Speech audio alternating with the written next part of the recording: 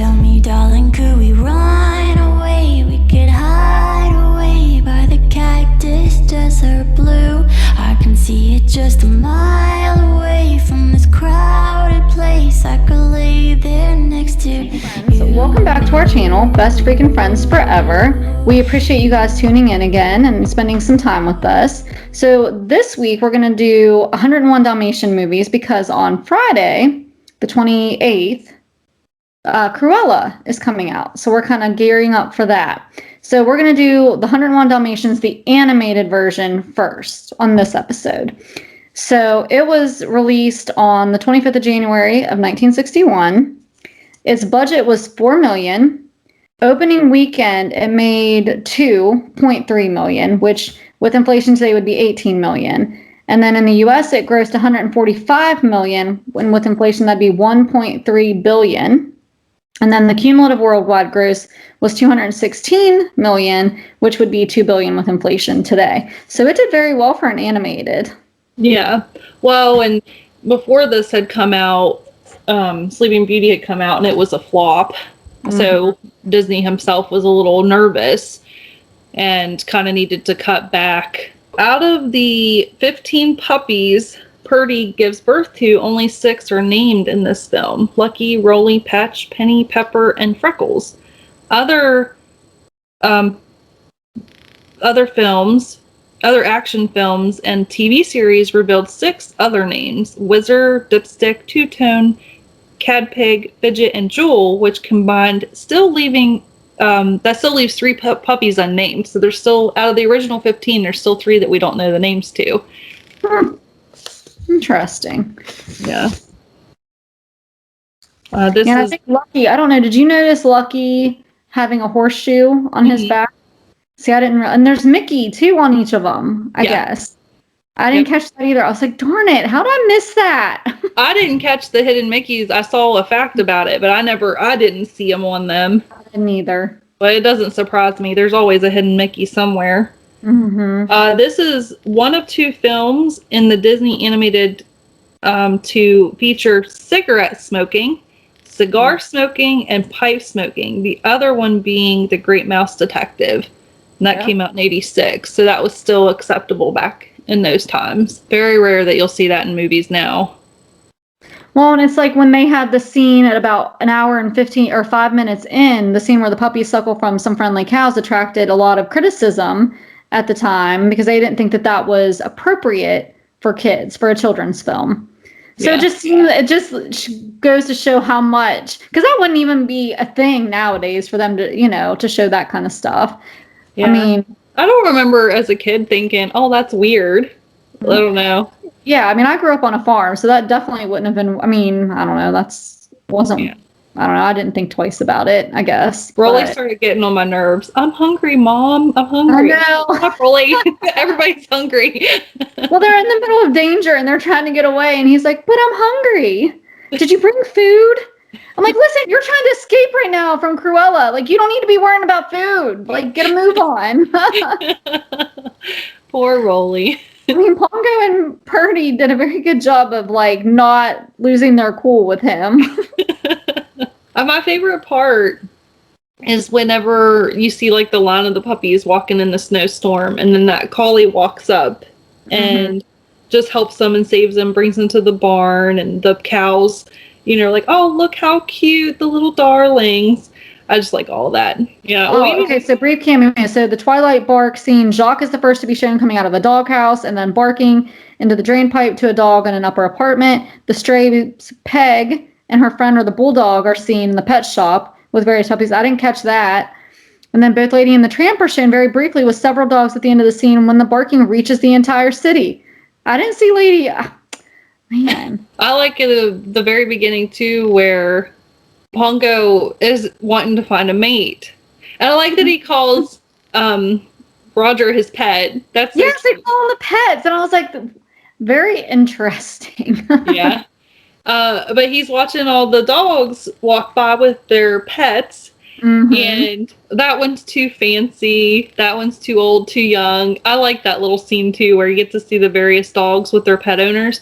But it's funny how like the women match the dogs. Yes. Well, we get to see some of those again too whenever they're sending out the signal that they've lost the puppies. We get to see some of them again. Yeah. I think my favorite part is when Roger saves Lucky.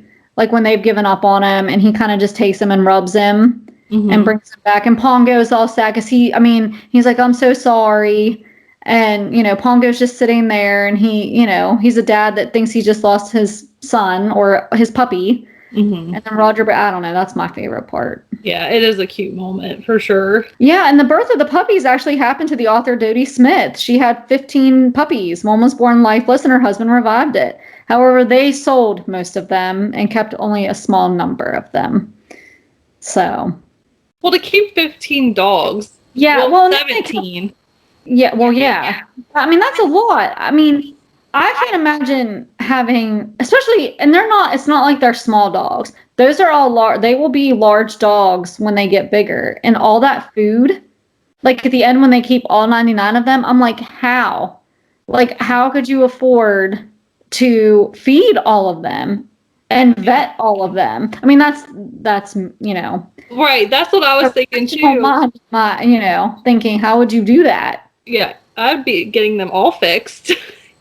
We don't need not one more. But yeah, they started the Dalmatian, which they don't show it in this movie, but they talk about starting the Dalmatian plantation. Oh, yeah. And they're going to start basically a big farm for all these Dalmatians. Dalmatian dogs originally came from Croatia, and the people from the south call themselves Dalmatians. See, I didn't even know they were from Croatia.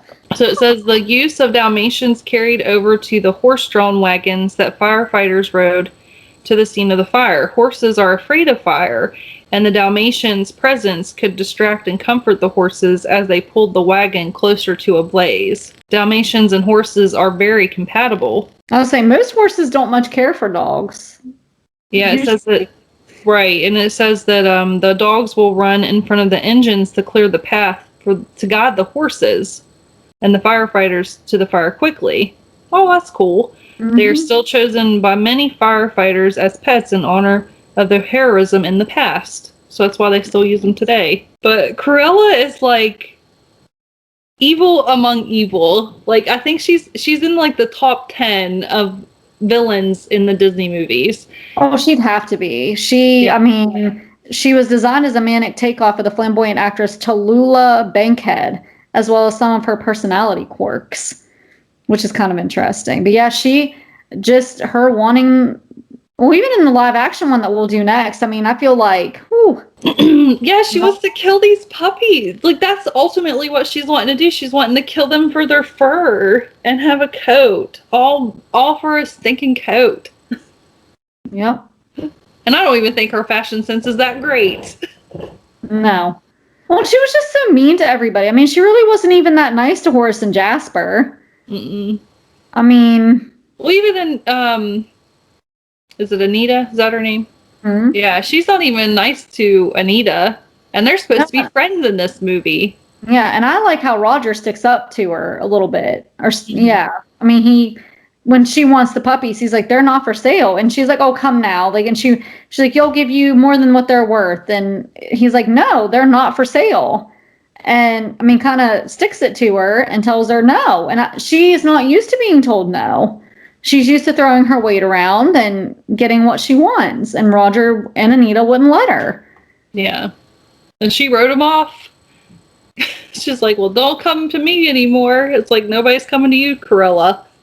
But then she came after them. She's the one that hired Horace and Jasper to kidnap them. And Pongo and Purdy, that scene when they rush home from their walk because they know something's happened. And Purdy just goes and sits in her bed. And Pongo goes and sits with her. It's like, aw. Because they're parents that have lost their kids. Yeah. They've had their kids kidnapped. Yeah, and they were basically told they could keep them forever. And then, because they were worried that they wouldn't be able to keep them all. They didn't think that Roger and Anita would, but they ended up doing that for them. Because that does not normally happen. People are normally quick to sell a puppy. Well, yeah, especially if you have that many of them. I mean, most people, like I said, they can't do that. They can't keep and feed and take care of that many. I mean, it's just a lot of dog food. That is a lot of dog food, not to mention vet bills. I mean, can you imagine going and getting all of their 6-week shots? Yeah, and they never addressed how she got the other puppies. Because there was 99 total. See, in the live action one they do, but not in this one. They don't really say where they came from. That's a lot of Dalmatian, just one type of breed. Well, and then she had to wait until they got their spots. Because when they were born, they didn't have spots. Like they come later. I mean, she wanted to drown them right then because they didn't have spots. They have that scene too where they roll around in the soot. And become Labradors. Yeah, to cover up their spots. Yes. So someone counted all the black spots in the movie, frame by frame, and reached the total of 6,469,952. This breaks down to 72 spots on Pongo, 68 on Purdy, and 32 on each pup. So that's kind of cool that someone did that. Someone took the time to do that. What are you doing with your life? I mean... Goodness gracious. I mean, that's a lot of spots, though. I was just going to say Roger's not a struggling composer, but a financial wizard who helped wipe out Britain's national debt in the book. That's pretty cool. Because this is based on a book. I don't think we said that. I don't think. And they bought it. They bought the rights to the book years before they made the movie. No, I just remember getting a coloring book for 101 Dalmatians. There was nothing to color. Oh, yeah, because they're white and black. Yeah, the black spot. Yeah. But I just liked how all the animals helped each other out to get them back. And it was a big deal to all of them. And how Cruella and Horace and Jasper were all pretty much putting... I mean, they all got what they deserved. That was 101 Dalmatians. Came out in 1961, the animated version. Let us know what you thought. Are you ready for Cruella to come out the end of this week? Let us know about that too. We're excited to see it. Until next time, I'm Tiffany. This is my BFFF Shelley. Join us next time, friends, for another great episode.